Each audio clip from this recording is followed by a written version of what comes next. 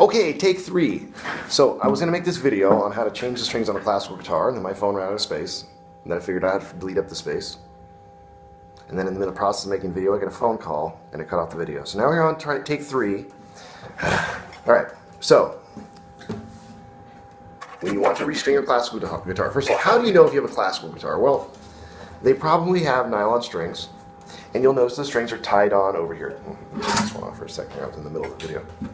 And many people look at this and they go, oh, well, that scares me. And then they take it to a store and drop it off, and you spend 20 bucks, and 2 weeks later you pick up your guitar.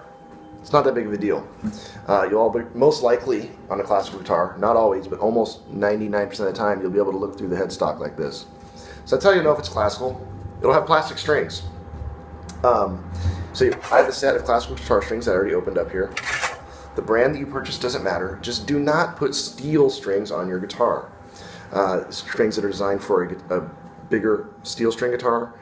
The tension is much higher, and the pressure will damage the construction of a classical guitar. The classical guitar is more fragile in its construction, and the glue that they use is not.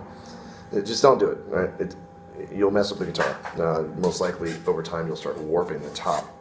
All right, so here we go. I have a nylon string guitar, and a nylon string.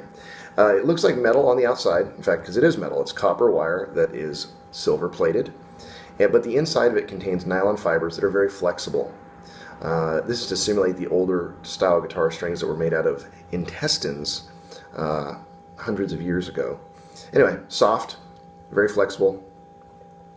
And if you look on one end of the guitar string, depending on which brand you buy, this is one of the round ones. If I get it really close to the camera, you can see that the winding is kind of undone for about 1 inch. That's just designed to make it a little more flexible when you're installing the string. So let's get to it, shall we? You take the guitar. I'm going to adjust the camera so I get just on the guitar. You don't have to look at my stupid.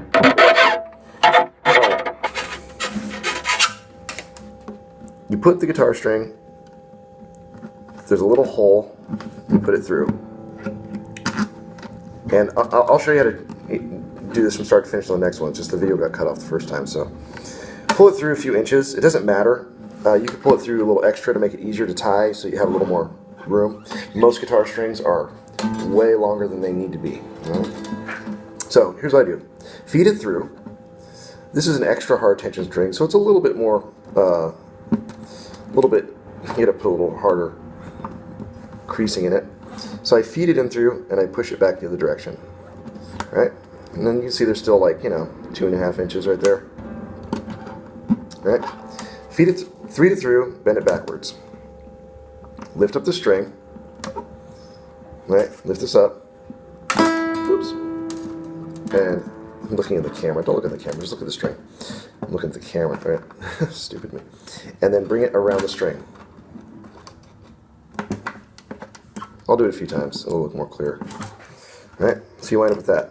That's what I did. Now, on these wound ones, I can just stick it right through and it'll probably stay on secure.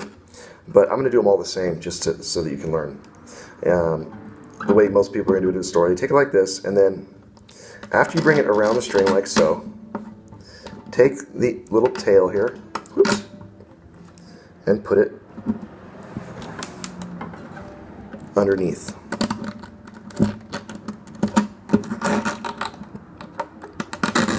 These wound ones are so grippy that you could probably put it on wrong and it will most likely stay on anyway. So I went under there one time, you can see. Now I'm going to take it, and I'm going to bring it over the top and put it in again.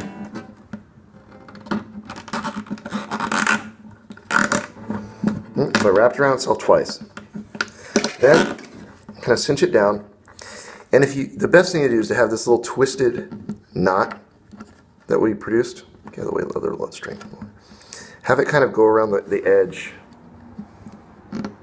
and this piece of bone here that they install will kind of bite into the string, and it will be very secure.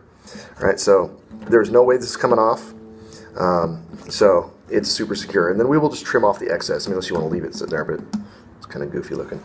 All right, we'll trim it off with the little cutters that are here, or you can use some little tin snip type cutters, which I'll show you in a second.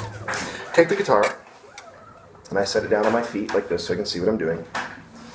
And since this is up higher, I'm leaning back, move the camera back up so you can see. Alright. I'm going to watch what I'm doing instead of continually looking at the camera. Alright, so we're right here. And just so you can see, if I turn this, you'll see there's a little hole. Take the guitar string that you just got done tying on and stick it through that hole. Alright, wives' tales. People say things like, oh, it has to wrap around 1,000,000 times. That is not true, alright? What you do need to do, though, is take the string, come through here. I leave a little bit of slack so it kind of wraps around a little bit, but you're going to wind up trimming off a bunch. Like I have like 6 inches of extra string. If you try to wrap this on like this, you're going to be cranking this for an hour, and it's going to be wound around there in a big old mess. So just do it like this, right? Pull it through. Right? I have about that much slack. Now with this, after sticking it through and pulling it around back, let me do it again. I'm talking so much. Take this, feed it through, pull it up through the top side of the post. So it is like that. Take the string, so you have 2 strings next to each other, and take this and go underneath this string like this.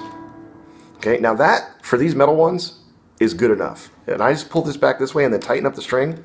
It will lock in there and it will never come loose. Now I'm actually going to do it super secure because I want to do each one the same for your learning purposes, right? So I'm going to take that and I'm going to go around again. All right, so I did that 2 times. On these slick ones, we're going to do it 3 times because they're more slippery and it requires more surface area to have grip.